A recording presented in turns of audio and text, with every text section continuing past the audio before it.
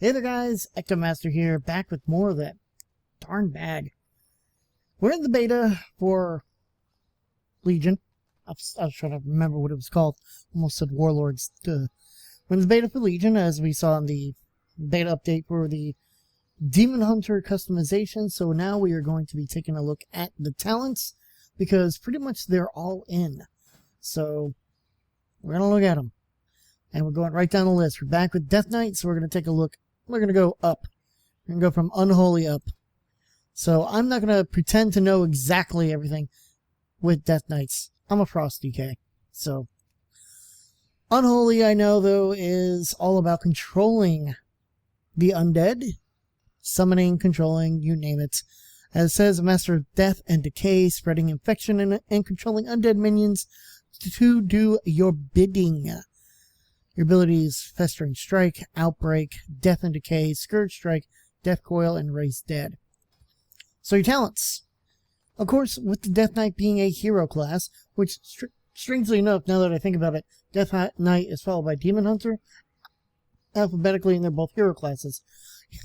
Anyways, you start at a higher level, 55, and so your first 3 talents, or first 4 talents, are within the first 5 levels you gain. The last 3, of course, every 15, except for level 190. So level 56, you have All Will Serve. Your Raise Dead spell summons an additional skeletal minion, and its cooldown is removed. Bursting Sores. Festering Wounds deal 50% more damage when burst, and all enemies within 8 yards of a burst festering wound suffer X shadow damage. And then Ebon Fever. Virulent Plague deals the same damage in half the time. Level 57, you have Epidemic. Causes each of your virulent plagues within 100 yards to flare up, dealing X shadow damage to the infected enemy, and an additional X shadow damage to all other enemies near them. Pestilent Pustules. Every 5th festering wound you burst grants you 1 rune. And Blighted Rune Weapon. Your next 4 auto attacks infect your target with 2 festering wounds. At level 58, you have Unholy Frenzy. When a festering wound bursts, you gain 100% increased attack speed for 2 seconds. Castigator. Each festering strike critical strike applies 2 additional festering wounds. Each Scourge Strike critical strike bursts 1 additional festering wound. And then Clawing Shadows. Replaces Scourge Strike, and it deals X shadow damage and causes 1 festering wound to burst. At level 60, you have Sludge Belcher. Raise Dead now summons an abomination instead of a ghoul, with improved innate abilities. Asphyxiate. I'm hoping this makes it over to the other. Asphyxiate is one of my favorite abilities as a Frost. Lifts the enemy target off the ground and crushing their throat with dark energy and stunning them for 5 seconds. The 45-second cooldown. Debilitating Infestation. Outbreak reduces the movement speed of all affected enemies by 50% for 3 seconds. You've got Spell Eater at level 75. Your anti-magic shell is 20% larger and lasts 5 seconds longer. Corpse Shield. For the next 10 seconds, 90% of all damage you take is transferred to your ghoul. If your ghoul is slain while the spell is active, it cannot be resummoned for 30 seconds. And then Lingering Apparition. You move 30% faster during a Wraith Walk, and its cooldown is reduced by 15 seconds. At level 90, you have Shadow Infusion. While your ghoul is not transformed, Death Coil will also reduce the remaining cooldown of Dark Transformation by 5 seconds. Necrosis. Dealing damage with Death Coil causes your next Scourge Strike to deal 25% increased damage. And Infected Claws. Your ghoul's claw attack has a 35% chance to cause a festering wound on the target. And last, at level 100, you have Dark Arbiter. Replaces Summon Gargoyle. Summon a Valkyr to attack the target for 15 seconds. The Valkyr will gain 1% increased damage for every 1 runic power you spend. Defile. Replaces Death and Decay. Defiles the ground targeted by the Death Knight for 10 seconds. Every 1 second, if there are enemies standing in the defile, it deals X Shadow Frost damage to them. and grows in radius, and increases your mastery by 23, stacking up to 10 times. While you remain within Defile, your Scourge Strike will hit all enemies near the target. And Soul Reaper. Strike an enemy's soul for X shadow damage, afflicting them with Soul Reaper for 5 seconds. Bursting a festering wound on an enemy afflicted with Soul Reaper grants 7% haste for 15 seconds, stacking up to 3 times. So very different from how Soul Reaper currently is in the game. Currently, Soul Reaper, after a while, does a percentage of health damage and can only be applied after 35%. You can apply it beforehand, but it won't do that extra damage. Any enemy hero, just playing Heroes of the Storm a little bit ago, any enemy that you fight before 35% health won't have that. After 35% health below that, Soul Reaper will actually activate its trap card. I'm going Yu-Gi-Oh on this, okay? And I never played the game. Let's switch it up to Frost. The one I play all the freaking time. So Frost is... Strength is the primary stat for all of Death Knights, so don't worry about that. It's an Icy Harbinger of Doom, channeling runic power and delivering vicious weapon strikes. Obliterate, Howling Blast, Killing Machine, Frost Strike, Remorseless Winter, and Rhyme. So, let's see if there's anything that is similar, because they've been getting better at this. So level 56, we have Shattering Strikes. If there are 5 stacks of Razor Ice on the target, Frost Strike will consume them and deal 50% additional damage. Icy Talons. Frost Strike also increases your melee attack speed by 10% for 6 seconds, stacking up to 3 times. Murderous Efficiency. Consuming the Killing Machine effect has a 10% chance to cause you to gain 1 rune. That's the other thing. All runes are just death runes now. It's just runes. There's no frost. There's no blood. No unholy. It's all just 1 rune. Level 57. Oops, I took Freezing Fog. I didn't mean to take it. Whatever. Howling Blast and Frost Fever deal 50% increased damage. Frozen Pulse. While you have no full runes, your auto attacks radiate intense cold, inflicting X frost damage on all nearby enemies. And Horn of Winter. Blow the Horn of Winter, gaining 1 rune and generating 5 runic power.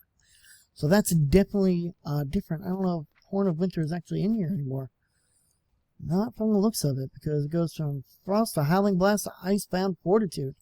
So they definitely changed Horn of Winter. Horn of Winter used to give a buff, and now it's just a... you just activate and... gain 1 rune, and I generated 5 runic power. That's it. Kind of sad. Level 58, Ice Cap. Your first Frost Strikes, your Frost Strike and Obliterate critical strikes. Reduce the remaining cooldown of Pillar of Frost by 1 second. Hungering Rune Weapon replaces Empower Rune Weapon. Empower your Rune Weapon, gaining 1 rune and 5 runic power instantly and every 1.5 seconds for 9 seconds. And then Avalanche. While Pillar of Frost is active, your melee critical strikes cause jagged icicles to fall on your nearby enemies, dealing X frost damage. Level 60, you have Abomination's Might.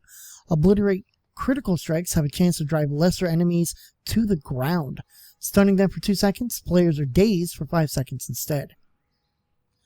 Blinding Sleet. Targets in a cone in front of you are blinded, causing them to wander disorientated for 4 seconds. Damage may cancel the effect. And then Winter is coming. Enemies struck 5 times by Remorseless Winter while your Pillar of Frost is active are stunned for 4 seconds. At level 75, you have a Volatile Shielding. Your anti-magic shell turns your enemy's pathic magic against them, absorbing 35% more damage but generating no runic power. When it expires, 25% of all damage absorbed is dealt as arcane damage divided among nearby enemies. Permafrost. When you deal damage with auto attacks, you gain an absorb shield equal to 30% of the damage dealt. White Walker. You take 20% reduced damage while Wraith Walk is active. When you enter or leave Wraith Walk, all nearby enemies are slowed by 50% for 3 seconds. At level 90, you have Frost Scythe, a sweeping attack that strikes all enemies in front of you for X frost damage. This attack benefits from Killing Machine, Critical strikes with Frost Scythe deal 4 times normal damage. Runic Attunation. Auto attacks generate 1 runic power. Gathering Storm. Each rune spent during Remorseless Winter increases its damage by 10% and extends it by 0.5 seconds. At level 100, we have Obliteration. For the next 8 seconds, every Frost Strike hit triggers Killing Machine, and Obliterate costs 1 less rune. Breath of Syndragosa. Continuously deal X Shadow Frost damage every 1 second to enemies in a cone in front of you. Deals reduced damage to secondary targets. You will continue breathing until your runic power is exhausted, or you cancel the effect. And then Glacial Advance. Summon glacial spikes from the ground that advance forward, each dealing X frost damage to enemies near the eruption point. So there you have it. Let's move on to Blood, which is the tank spec for Death Knights. I don't know why I was about to say the Frost spec. So the first 2 were all damage. Blood is the tank spec. So let's take a look. And yep, the more that I look at these, they're definitely spreading out, spreading the love. There's a lot less homogenization from the alpha. So hopefully all the other classes will start looking like this. Level 56, you have Bloodworms. Your auto attack critical strikes have a chance to summon a Bloodworm. Bloodworms deal minor damage to your target for 15 seconds and then burst, healing you for 20% of your missing health. If you drop below 50% health, your Bloodworms will immediately burst and heal you. Heartbreaker. Heartstrike generates 2 additional runic power per target hit. I remember that. I remember using Heartbreaker quite often in Wrath. It was Bloodstrike and then Heartbreaker. Exsanguinate. Drains X health from the target over 3 seconds. You can move, parry, dodge, and use defensive abilities while channeling this ability. At level 57, you have Rapid Decomposition. Your Death and Decay deals damage 50% more often, and while in your death and decay, you generate 20% more runic power. Soul Gorge. I had to. I couldn't. Oh, and I just looked at the 100 talent. Consume your blood plagues within 30 yards, dealing X shadow damage to each infected enemy, and empowering you for 24 seconds with up to 15% rune regeneration per plague. Plagues closer to expiration grant more rune regeneration. The passive Blood Boil no longer applies Blood Plague. Spectral Deflection. Attacks that deal more than 25% of your maximum health will consume a second Bone Shield charge to further reduce the damage. At level 58, you have Ossuary. While you have at least 5 Bone Shield charges, the cost of Death Strike is reduced by 5 runic power. Additionally, your maximum runic power is increased by 10. I was going to say percent, and then I just saw 10. At level, continuing at Blood Tap, consume Shadowy Essence. It generates 1 rune, recharge time reduced by 1 second whenever a Bone Shield charge is consumed.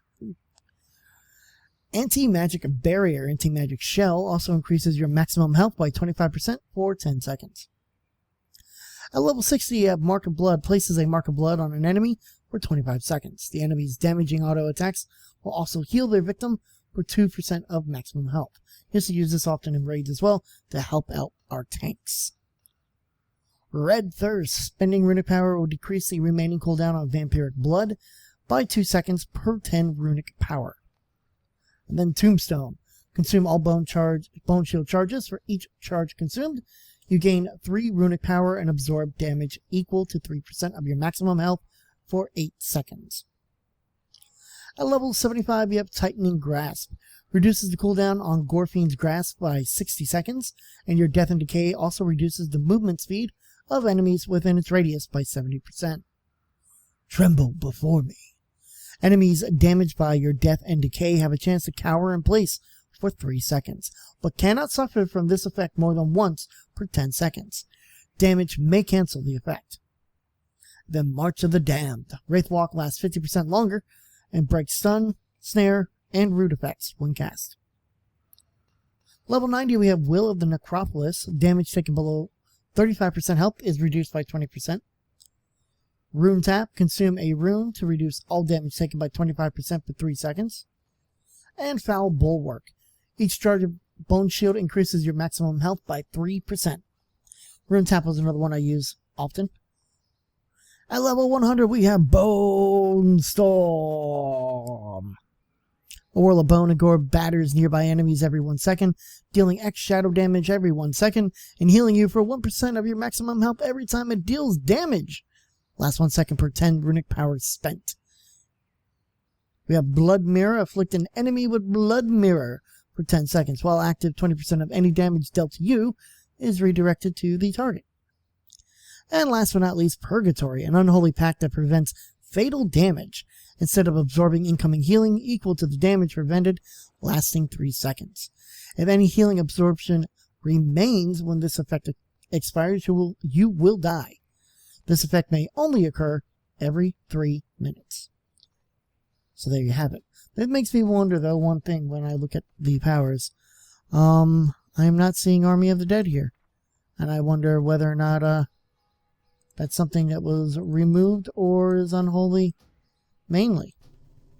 Now, one thing that they are going to be doing is they're changing the way that specs are respec'd.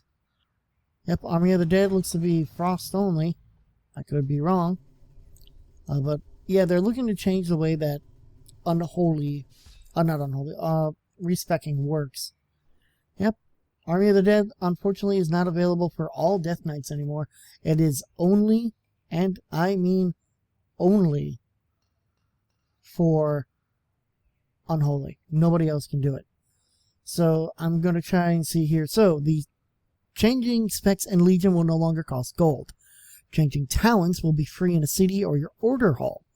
Changing talents out in the field will require a reagent crafted by Inscription with a cost aimed at groups. Currently, talent changes are free and instant out of combat, which isn't restrictive enough. In the current build, the system that is going away worked like this. You could change from any spec to your primary spec for free, with your primary spec set at a class trainer. Your first respec was free, with a cooldown of less than 24 hours to reset this cost to free again. After that, respecs were 19, 39, 58, and capping at 78, with a 24-hour cooldown to drop 1 cost level each time you change specs. So, it's going to be free. You don't have to worry about paying for spec changes anymore, but there are going to be other things in response to restrict that. So there you have it, guys. That was the Death Knight look at least early beta. We'll take a look in a couple of weeks, see if anything has changed. Until then, I'm EctoMaster, and everything else is coming soon.